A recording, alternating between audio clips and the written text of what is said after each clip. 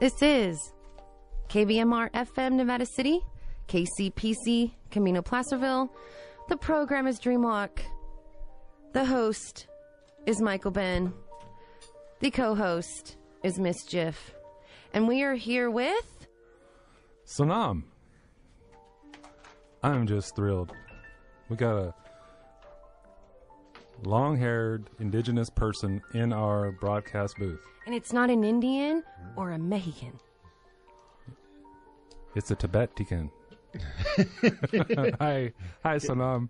We're going to get you plugged in here somewhere.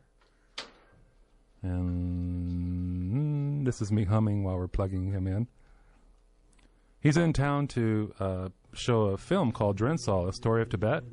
It's going to be playing in Auburn on April the 25th at the Unity Church on High Street, and also in Nevada City on the 26th with 2 screenings at 5 and 7 p.m. at the Madeline Helling Library. The director of the film himself, Sonam, 35 years old and counting, is going to be doing this. Welcome to our broadcast booth, Sonam. Thank you very much. So this is your third film, your second film? Yeah, third film and third time in Grass Valley. And every time I come here, I feel I'm on holiday, actually, because San Francisco, I did 2, which was lots of people and lots of buildings. But because I live in a concrete jungle anyway in London, so it's better to be out in the forest. And you live in London? Yeah. Oh, I you heard couldn't it's tell really when, expensive. by the way he said holiday. Say it again. Holiday? Yeah. He's on holiday. Like, Yeah. that's the other side of the pond thing. I've never been to London, but I heard it's like terribly expensive and interesting place to be. It is, because especially for Tibetan, it's always good to be in a big city, because we are always minority, so we feel much more at home in a big city because there's so many different races and colors. So I feel much more secure. If I go in the countryside, then I've lived in London on the countryside, but I'm the only Chinese-looking brown person at Drensol, so therefore I prefer big city. But but the time is slowly changing. So, how did you or your family find their way all the way to London? I've been in London now 15 years, so I forgot how I found it. Actually. You just like it. Yeah. Yeah, it's been a blessing for me. I've got no complaint about life or living in London. It's just I managed to look after my family through my job, and then when I got a little bit better in that, then I started doing more for the Tibet cause and make a film. It was a total gamble on the first one, but the second one, California, has been really good. Nearly 40% got funded from that film, and then I came last year to show my second film, and then to raise the fund for this one, and I raised more than what I need, so I gave around $4,000 back to the Old People's charity. So I'm quite proud because after third film, I've got enough money to give it back. Oh, that's so good. And I did 1 screening in London, and we raised nearly... I'm saying everything in dollar because I think otherwise if I say pound, the conversion is quite confusing. So we raised nearly another $1,000 on the screening, and I gave them back. So technically, I've given them $5,000 back. So you haven't been on the program for a while, and for first-time listeners, can you maybe give us a little bit of background about who you are? My name is Sonam. I'm a Tibetan, and I work in film as an extra for 6-7 years, and then I came to learn how the big directors move their camera as like that. So then I decided to make my own film, and lots of people thought I was crazy to be making a film, and I never expected to be traveling across the world. I just wanted to do 1 screening in the first place, and because I have got this dream, and I just wanted to put it into film, and I wasn't expecting any return or wasn't expecting to make more, but it was a domino effect and people loved it, and it's been across all over the world. I won a couple of awards for the first one, and it's done more than around 100 screening now. And for the first-time listeners, what was the film about? First one is about a Tibetan trying to find Tibet outside Tibet, since we can't go into Tibet. And the second one is I was trying to make it a little bit more personal about how far I can get into Tibet without actually having a visa. So I reach right at the border. So I break some rules, but if I make the easy way, then people might not like it. So were you raised in Tibet, or where did you grow up? I grew up in India. I never seen Tibet, but now with the second film, I have seen Tibet. So okay, so you're kind of like a lot of displaced tribes in this country who don't have their lands. They've been moved, and so you have I guess a connection to some land. Yeah, but you're not allowed to go there. No, because I've never been to Tibet, but for the early parts of my life, India has been my home, and then now I've moved to London. So now London has become my home. India has become a little bit. My parents and my relatives are there, but I go there quite often. Were you raised in a traditional cultural home? Yes. Yes. Traditional home, and because my family was big. I've got, I don't know, lots of listeners must big like tall, or big like fat, or big like shadow, or plentiful. I think if I say this, lots of listeners must be now might get shocked, because I've got two fathers, and people who have seen my literature too must have known by now. But let me tell you this, because in olden Tibetan culture, we have got the habit of custom of two brothers taking one wife. So I don't know which one is my father, but I always call the elder one father, younger one younger father. So now the elder one is gone, so still I have got the father. So Jennifer might like that with a backup. I was thinking about who better, would be my backup. Yeah. I'll even take Johnny Gallagher. I think he'd be a good backup dad. One of the broadcasters here. He likes giants. He's nice to me. Yeah, I'm going to start applications for boyfriends and second fathers. Go ahead and call in. Let me know. But this is amazing. I'm being quiet because as displaced as the native people were, I know where our burial grounds are. I could put my toes there. I know where both of my tribe was split. I know where they both are and their ground is. So I can't imagine not being allowed to go home.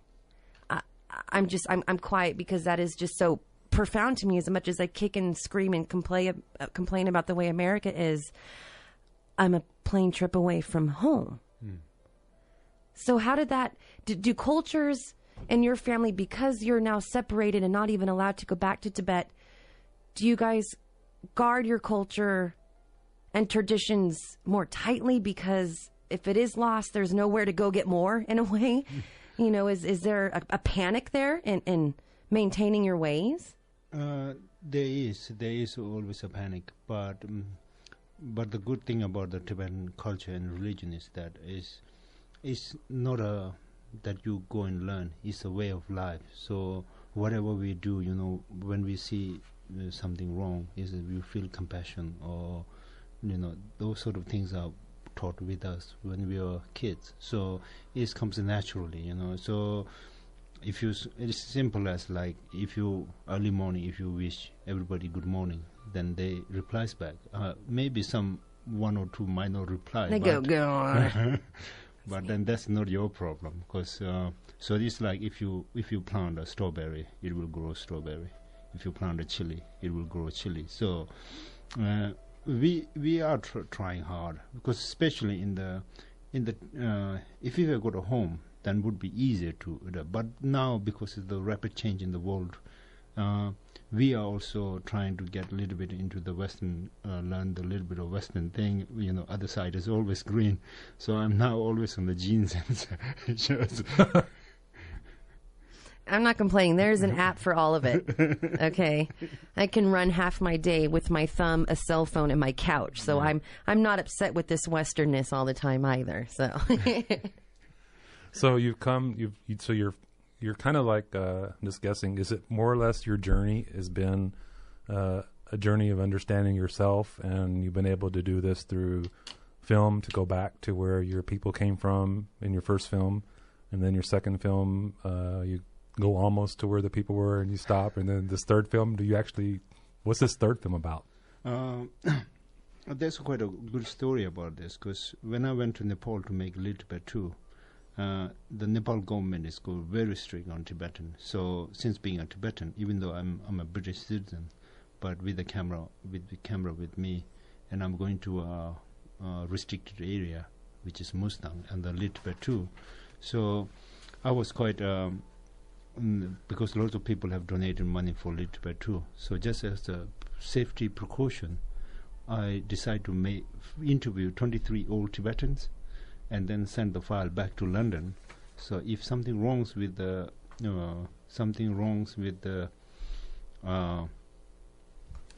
with the Little Tibet 2, then at least I have got something to show to the sponsors that I have got some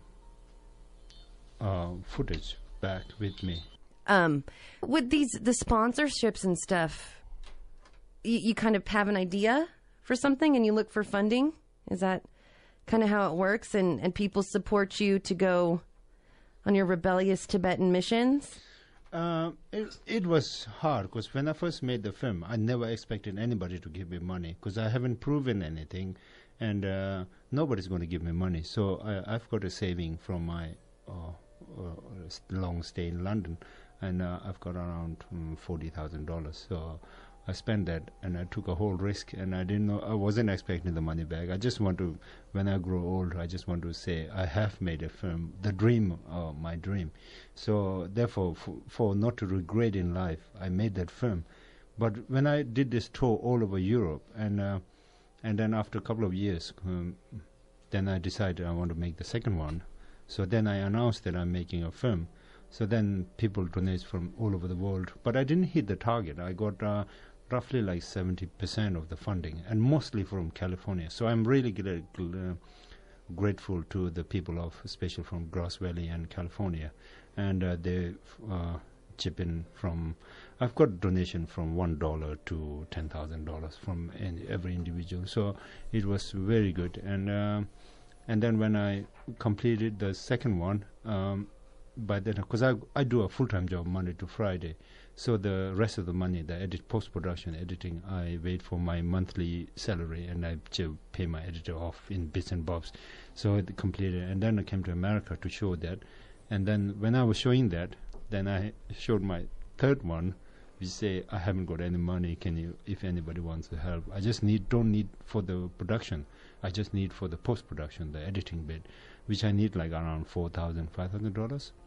But I've got 9,000 or something. So I didn't know who to return the money to. So, and I thought it's better. I got some ideas. So I gave it back to the charity who are looking. I can go and give individually, but I don't know who is which, and then there will be lots of confusion. So it's better to give it through a charity. Then at least they can. I have got a proof to say that you can ask them, rather than if I go there, then they might say it's staged or it could be actors or anything. So therefore, don't want to take a risk. But I'm very proud of the giving back piece that you're describing. It really warms me inside to hear that type of give and take. I know culturally in this area, the culture is if you take something, leave something. It's a very simple little practice, but I guess Americans aren't really raised that way to give something back. We're raised just to, get it, me. And as much as you can of it. Yeah, and hoard it and things. So I'm really encouraged to hear that. You work real close with Sierra Friends of Tibet, and can you explain kind of maybe what they see in your films, or what they might, what you might see in the two organizations, you and them together, what you're trying to convey message to our community through film? My whole idea of the film was, because it's made in English, unless the third one is more subtitled because of the old man can't speak English. But rest of the film I try to make in English because I want to go wider audience than the Tibetan supporting group. So that's why the Sarah Friends of Tibet like it so much, because it's so it's like a entertainment, but it's also very it's so simple idea that put into the film, and I've never imagined that I'll be able to come to California, because I've got a childhood friend in San Francisco, and he always tells me, come to America, I'll send you air ticket and pay for you. But I always tell him, I'll come there one day. I didn't realize I'll be coming 3 times now. So, and it was, because I'm in a big city, you do your job and you come home and this sort of thing.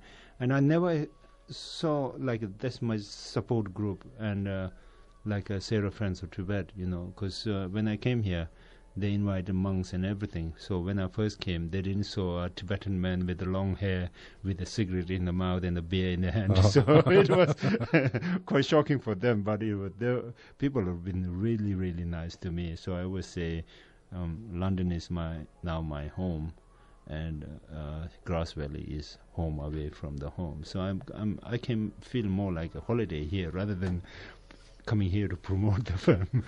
So I saw the trailer for the film, and I guess you can see it on YouTube, Drensol, Drensol. Mm-hmm. Yeah? Well, what's different about this film than your other ones? Because I remember when I was a kid, my father used to tell me those stories over. But then when you're a kid, you listen to it and you forget it. And I'm not a very expert or really educated. I'm a school dropout. But but I know some of the ideas of it, but I always wanted to put it in a film. There are other films like mine called the Tibetan Archive, which is shown in, you can watch online, but they are interview of one person for going on for 2 hours. And then I thought it was a little bit too long for people to listen to. So I thought I'll make 23 people together into one film under 70 minutes so that people can get a broad spectrum. Yeah. Kind of not get bored, as well get like a little bit entertained and a little bit lots of information. Mm-hmm. So I also am on a learning curve. I'm a Tibetan, and every film I make, I learn something new. So if I be honest, I hate filmmaking, but but then afterwards, when you go for this tour and see people reaction and everything, then that kind of freshens you up with thinking, I haven't put my last 1 year energy into waste rather than yeah. Well, it's frustrating as it is. You're making something for people, so that kind of gets you through it too. Is time consuming, and again too with editing, nobody knows how much work you put in. They have no idea. They have no idea you had to just sound or add this or crop this out or make this scene. They have no idea 20 hours you'll spend on 4 minutes, and then they still have a complaint. Absolutely true. But you know what? People are people. But I love that idea of showing so many, because there is, here in Native America, there is, when you say Native American culture, you can't do that because there's so many tribes and so many traditions. So showing 23 different Tibetan faces, it's not just, I'm the president of Tibet and this is how Tibetans are, but Tibetan grandfathers, Tibetan uncles, all these just different personalities, all the, the flavors of Tibet, kind of. Yeah. So I think that's a great way to clump it up and sum it together. Wow. We have another song to go to? We can go to another song. And then come back? Mm-hmm. Or we can do the opposite of what you want. Melanie, do you want to jump in on this? We have Melanie Sullivan with the Sierra Friends of Tibet in the broadcast booth. Just wanted to give her a chance to chime in, and then we can cut her off and go to a song. I'm watching, so I don't want him anywhere near this feedback that happened earlier. Hold my breath and pray. That was pretty good, but you were quick on the take there. I'm serious. I feel like we have to pay this kid work comp for the, damaged eardrums. I hope London has good ear doctors. Yeah, we do get free healthcare, so I'll be all right. You're going to need it. Just from 1 hour with Michael Ben, you're going to need it. So, Melanie, welcome. Thank you. Thank you for having me. So, Michael Ben mentioned the Sierra Friends of Tibet organization and kind of their relationship with Sonam. So, do you want to expand upon that, or kind of where'd you find him? Where was he? Well, I found him through, we have a mutual friend. Can you hear me? Hello. How about now? How about now? Yeah, I can hear you. All right. Yeah, we met through, I have a mutual friend we call London Laura. She comes here to our community quite often, and Laura and I are bonded in the work that we do with Ganden Shartse Monastery in Moon God.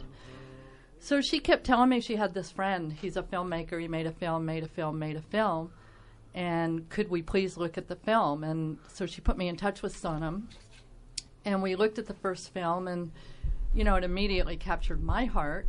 And the Sierra Friends of Tibet, Joseph, who is our fearless leader, of course. And broadcaster. And who I've been trying to reach for a day and a half to come on the show here All this around morning nice for me. Anyway, if in case he's listening, I need to talk to you. Oh, just show up. Yeah, please come down. Just show up. Anyway, I watched the film, and we were considering a couple films at this time, because Tibetans really embrace filmmaking, in my opinion. But the thing about Sonam is, as soon as we watched the film and we began a dialogue, we immediately knew we were just family. I mean, it just kind of set on fire right off the bat. So we had the first film here, and we had standing room only attendance on the film. I could not believe it. Carol Guild was very kind to us to give us a big front page spread on the film. It was such a unique and interesting approach to the Tibetan diaspora that, it was fresh. We hadn't seen a film like it. And then Sonam came back for Little Tibet 2, and now Drensol, which is, in my opinion, probably the most important of the films. It's only an hour and 10 minutes long, I think, but personally speaking, for those of us who are dedicated to this particular work, the Tibetan incursion and the subsequent atrocities that are happening in Tibet, I think it's important to have documented these elders and their experience before they pass away. Can you back up and just explain what you just said? I don't know what I just said. What did I just say again? You used the big word incursion. Oh, diaspora? And yes. Incursion. Can you in 1959, the Chinese government invaded Tibet for the second time and waged a campaign of cultural genocide against the Tibetan people. Since that time, what we know is 1.2 million people have perished. Tibetans have been economically marginalized. 6,000 monasteries were systematically destroyed.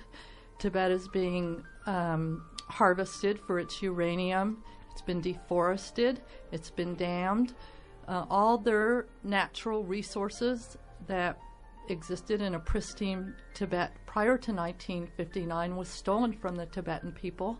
This is something I'm sure you both personally can identify with. This happens all over the world. Tibet's not the only place, of course, but it's the place that we choose to focus on. It's the highest plateau on the planet.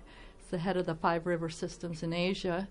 When His Holiness spoke recently at a conference, he said, more important now than the human atrocities that are going on in Tibet are the environmental atrocities, because it's affecting the entire weather system of the planet. And people are just not really focused on what's going on up there, the dumping of nuclear waste, the mining of uranium, again, the deforestation, 1.2 million Tibetans killed, over 144 Tibetans have immolated, set themselves on fire, died, in pursuit of basic human rights. What we're doing here in the studio today, a Tibetan would be jailed, killed, go to prison, all these things, because there's no freedom of speech, and there's definitely no freedom of religion or spirituality in Tibet. So that's what I am referring to as the diaspora, or the incursion. Mm-hmm. Okay, I just wanted to draw the parallel, because this is a Native American indigenous program, and I think There's a huge parallel. That piece to not get that parallel is like pretty critical. It's like looking in an Asian mirror. Yeah. I mean, like hearing this stuff, blah, blah, blah, and again, in such a more recent history, we assume that as a world, we learned about genocide from treatment of Native Americans.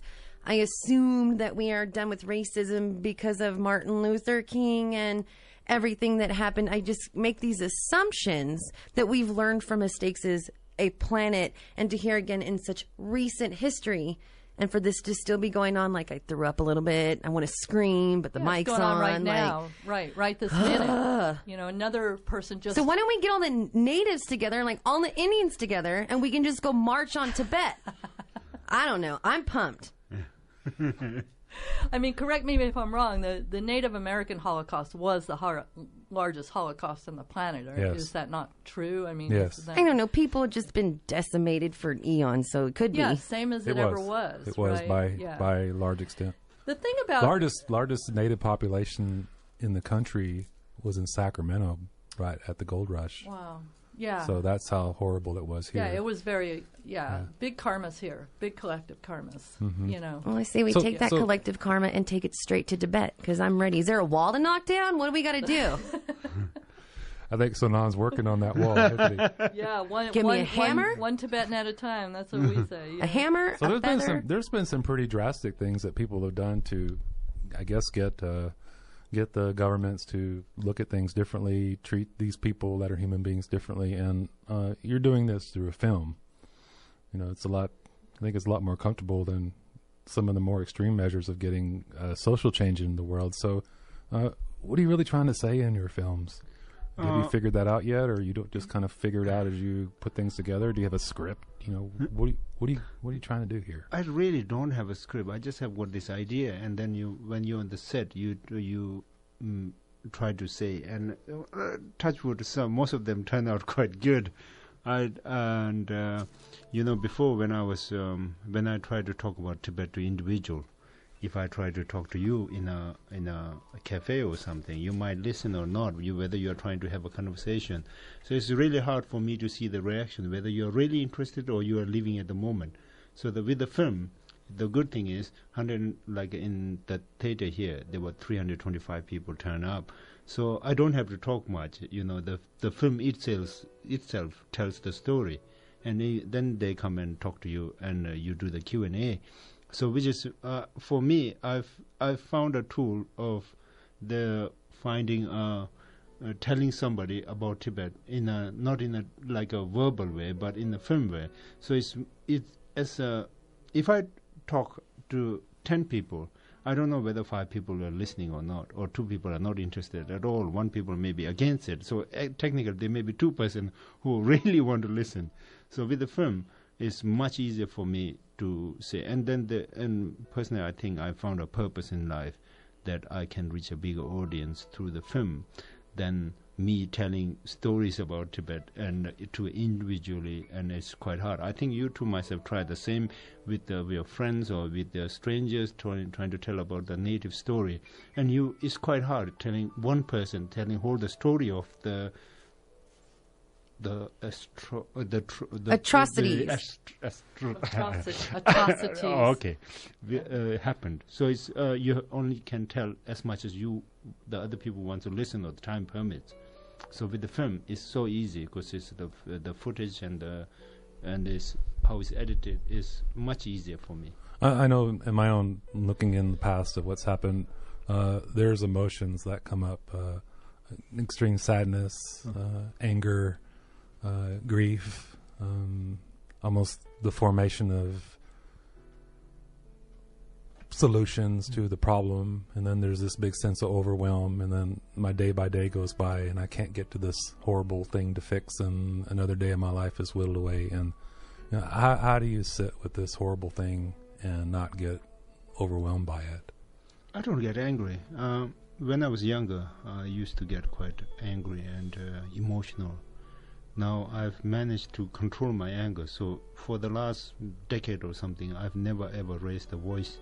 Or if I'm upset with somebody, I walk away, because I don't want to regret saying something in anger that you would regret for the rest of your life. or break a friendship. So it's better to walk away.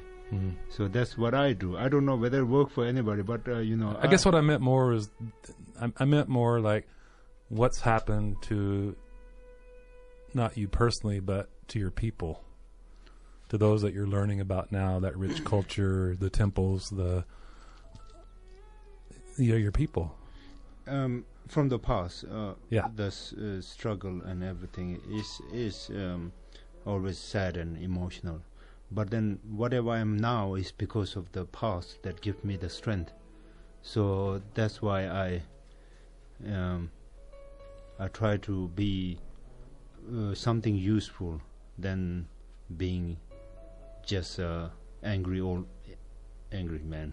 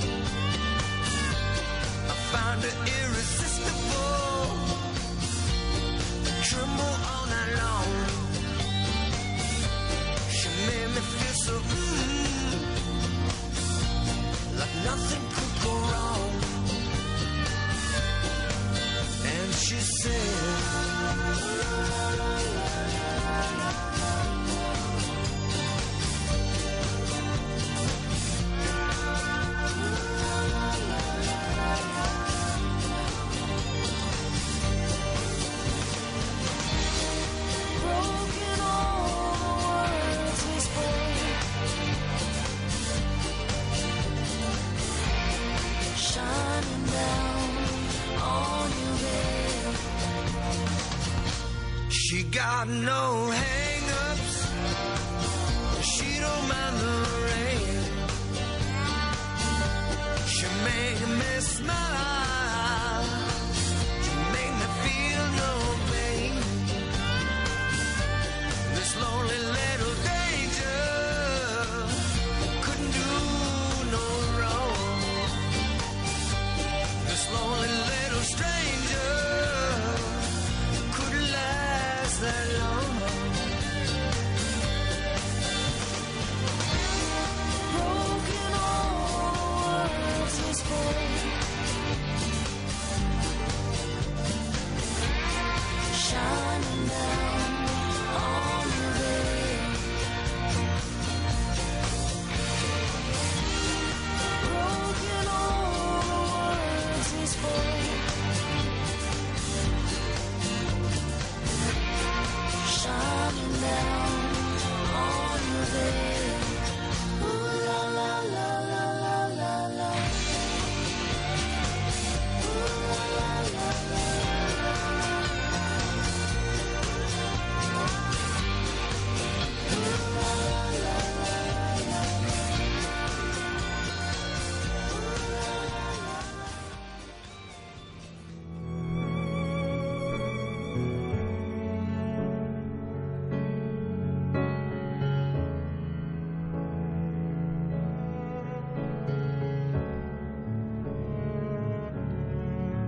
Program's called Dreamwalk. Thanks for listening this morning. We're with Melanie Sullivan of the Sierra Friends of Tibet, and we're also with Sonam, who goes by a single name just like Sting. Or Madonna. Or Madonna, yeah. Or Yeah. Borat. Or Borat. You're the Tibetan Borat? I hope not. How many kinds of cheese are there? No? Not good? What? How many types of cheese? I'm just doing a Borat Oh, thing. I got that movie traumatized me. It is. There's a few scenes that I'm blocking out right now.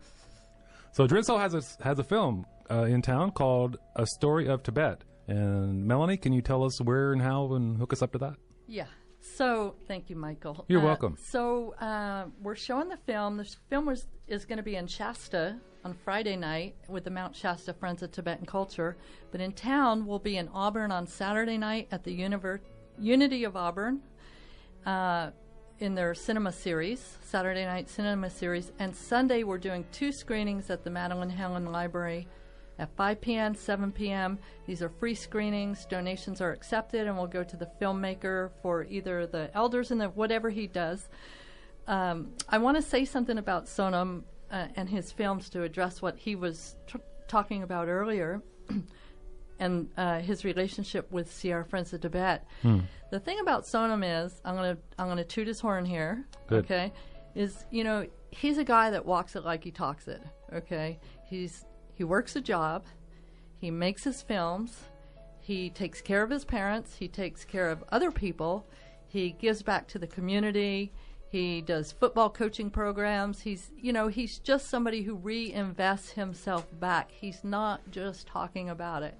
And I think this is really delineates him from a lot of people. I don't want to say it delineates him, but he is walking it like he talks it. And for us at Sierra Friends of Tibet, I think that's a really major component, is that he's actually doing things to perpetuate the preservation and advancement of his culture in exile. So, yeah.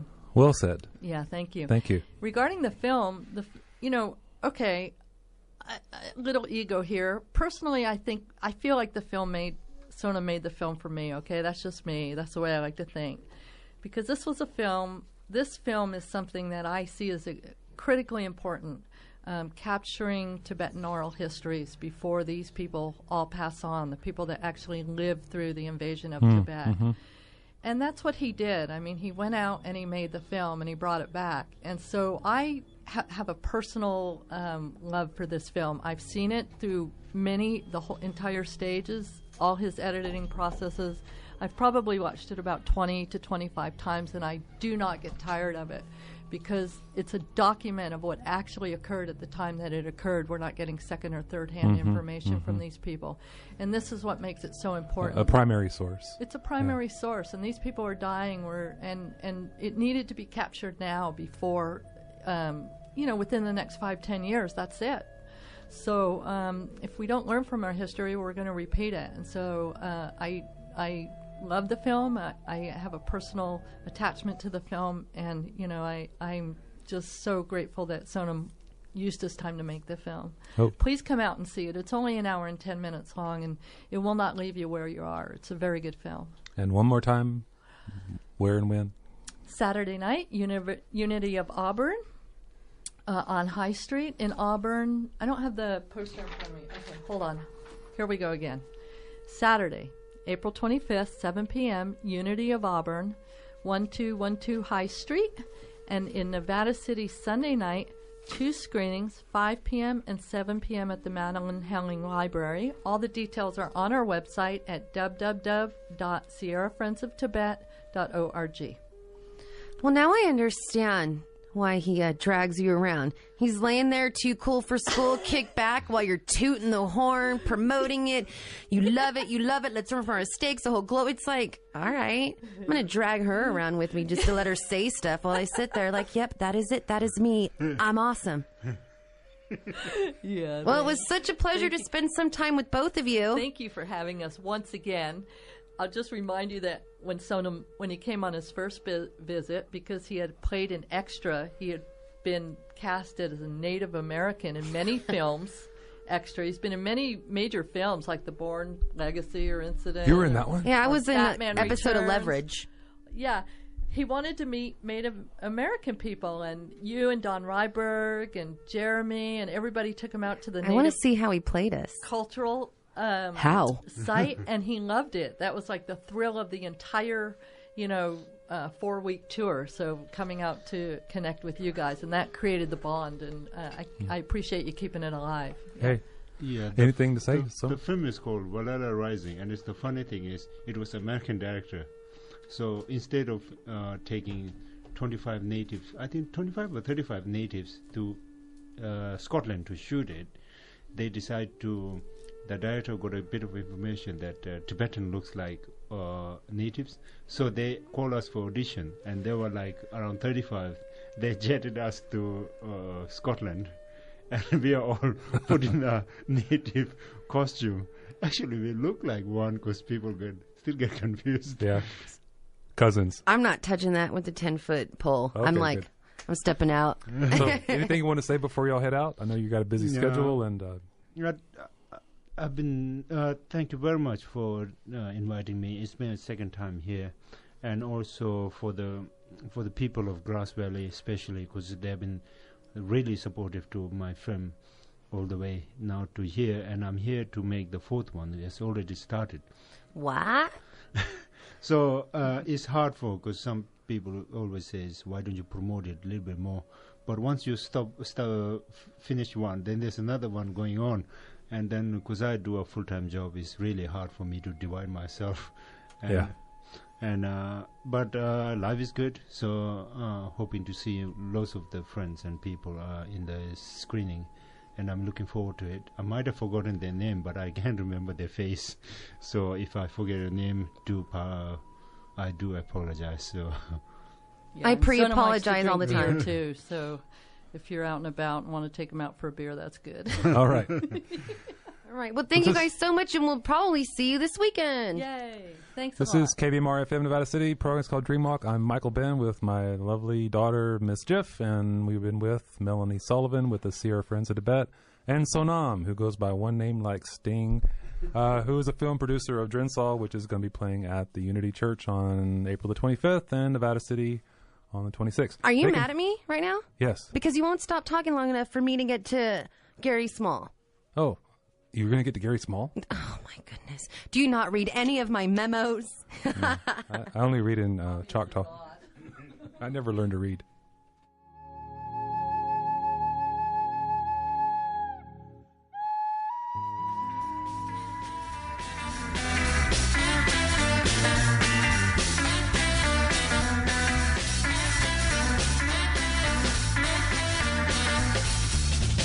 Days of rent, all my money spent. 30 days of rent, all my money spent. On 30 days, 30 days, 30 days of rent. I gave my landlady all of my bankroll. I gave my landlady all of my bankroll. When my money's all gone, out to go, I go. So hey landlady, won't you marry me? Hey landlady, won't you marry me? Yeah, I'm hard loving daddy, baby, can't you see? 30 days of rent, all my money spent. 30 days of rent, all my money spent. On 30 days, 30 days, 30 days of rent.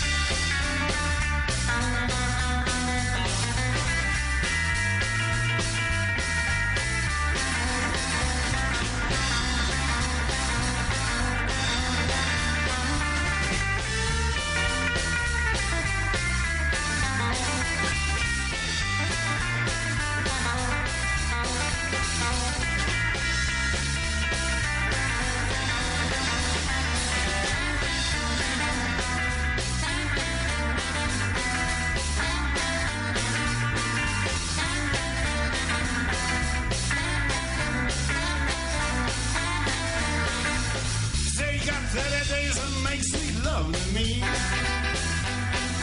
30 days and make sweet love to me. Ain't no man's loving ever gets around for free. Say 30 days of rent, all my money spent. 30 days of rent, and all my money spent. On 30 days, 30 days, 30 days of rent. 30 days of rent, all my money spent. 30 days of rent, and all my money spent. On 30 days, 30 days, 30 days of rent. I said 30 days of rent, all my money spent. 30 days of rent, all my money spent. On 30 days, 30 days, 30 days of rent.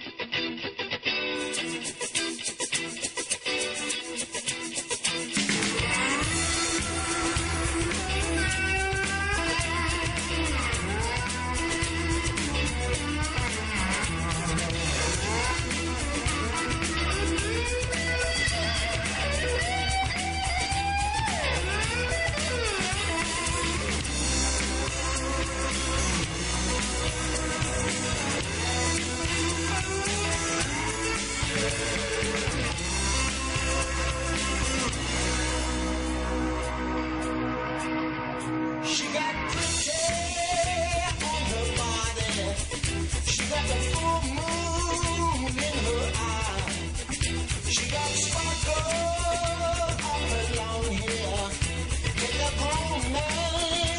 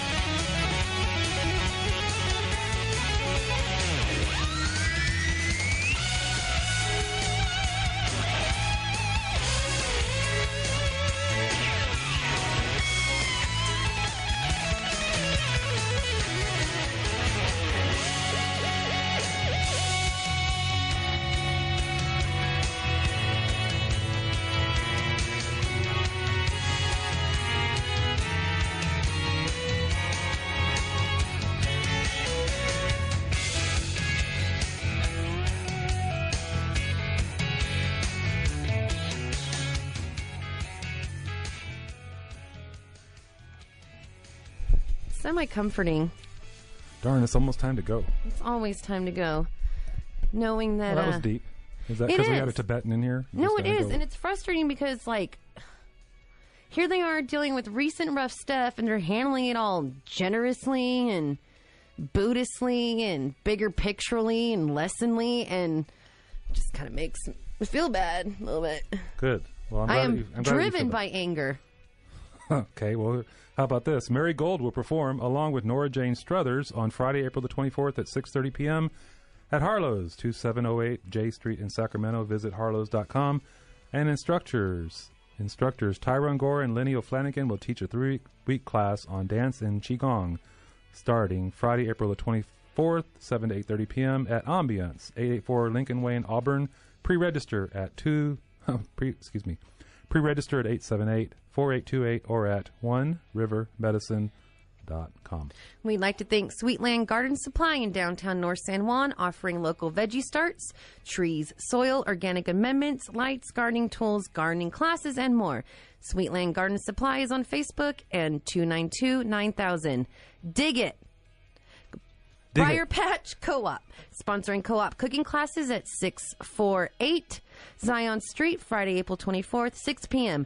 Microbiotic Women's Health. Learn which foods and cooking styles support women's health issues, easing menopausal disorders, Michael Ben, and PMS, Michael Ben, with dishes like lentil miso soup and noodle vegetable aspic? I don't know. Sounds delicious anyways. Details and registration at briarpatch.coop. And the Afternoon Deli, using natural, organic, local products when possible to make all their sauces and dressings for their made-to-order sandwiches, salads, and burgers. Open Tuesday through Friday, 11:30 a.m. to 4:30 p.m. and Saturday, 11 a.m. to 3:30 off McKnight Way, Grass Valley, left of Kmart. Online, afternoondeli.com. And guess what? Father of mine. We gotta go.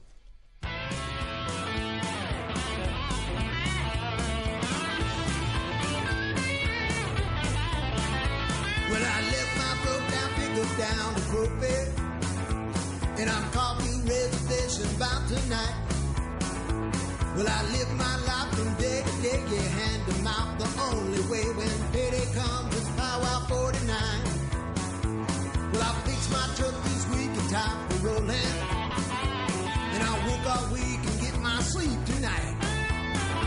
But when Friday comes, I go my way, 'cause I don't know